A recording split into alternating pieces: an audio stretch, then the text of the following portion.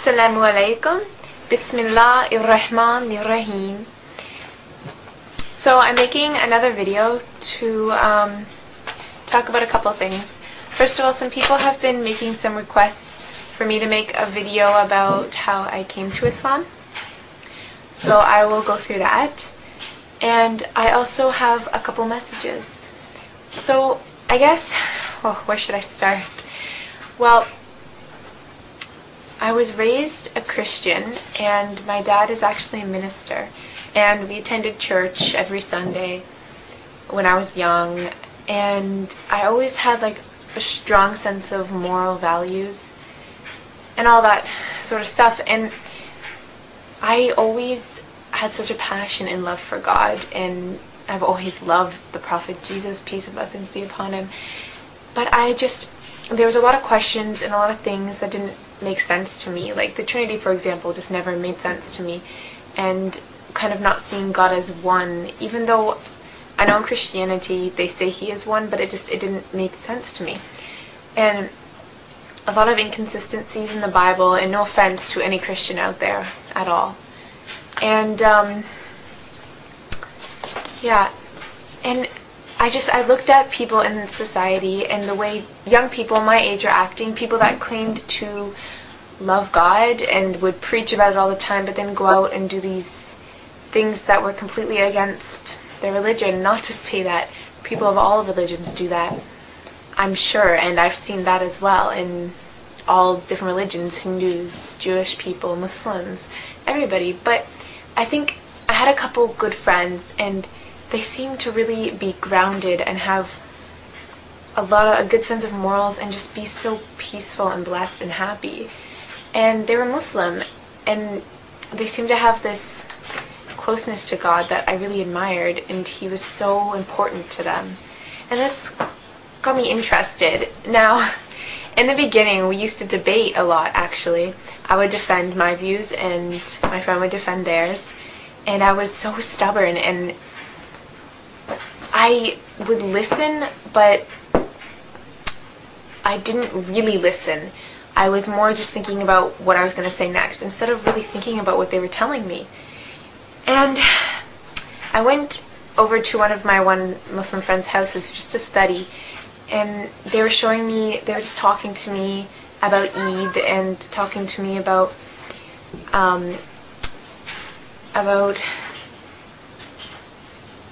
being Muslim, and telling me all these things, and I got really interested, and I was kind of starting to grow an interest for Islam. I don't know what it was, just something made me, want to learn more.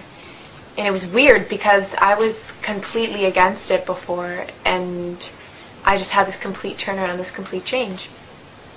And the more I started to learn, the more sense it started to make. I actually went and visited another convert sister, and she told me a lot that was like, wow, it explained all the things that didn't make sense to me in Christianity. And Islam had no mistakes. It's perfect in my eyes, and I'm sure in a lot of people's. And it just brought me such peace, like peace of my mind, and it just making a sacrifice for Allah and really taking time out of my day to pray and things like that just really felt like I was worshiping in the right way. I wasn't just living my life how I wanted to, and I kind of had God on the side. God was first, always first. And this made me feel a lot closer, and it just felt really right. And something I didn't see a lot and didn't feel a lot as a Christian. And I went and visited the mosques a couple times, and that is amazing. I tell any person out there who's interested in Islam, just go to the mosque and listen to a good lecture, and your eyes will be opened, because there are some really good lectures out there that I heard at the mosque that were just incredible and really, really touched my heart and soul. And this just kind of pulled me even more towards it. And it was a very, very slow process. I didn't tell my friends. I only told one of my friends, my close friend, that I was interested, and I didn't tell my family because I was scared of people judging me, and I was scared because my dad is a minister, and not because I thought he would be mad, because my father is an amazing, great person, and I know he would never force me to do anything. But I thought he would be sad, and I didn't want to break his heart. And so I started learning the prayers, and I started to pray, and this brought me such joy and peace, and my life seemed to get a lot better, and I was just a lot more happy. It filled this hole inside of me that I think a lot of people have. People have this hole inside of them naturally, and we try to fill it with all these things. We try to fill it with the drugs and premarital sex and alcohol, money, buying all this stuff, material things, and maybe that'll fill it for a day, a month, years, but it won't truly fill it, and you won't be happy. And the only thing that can is God, and I finally felt like I was whole, like it was filled. And that was what was really, really amazing. And everybody in the Muslim community was absolutely incredible and such nice people, and welcomed me with open arms. And I guess my next step was to tell my family. And so I told my friend, I had mentioned it to my dad slowly, and my dad was he was sad, but more than sad, he would ask me a lot of questions.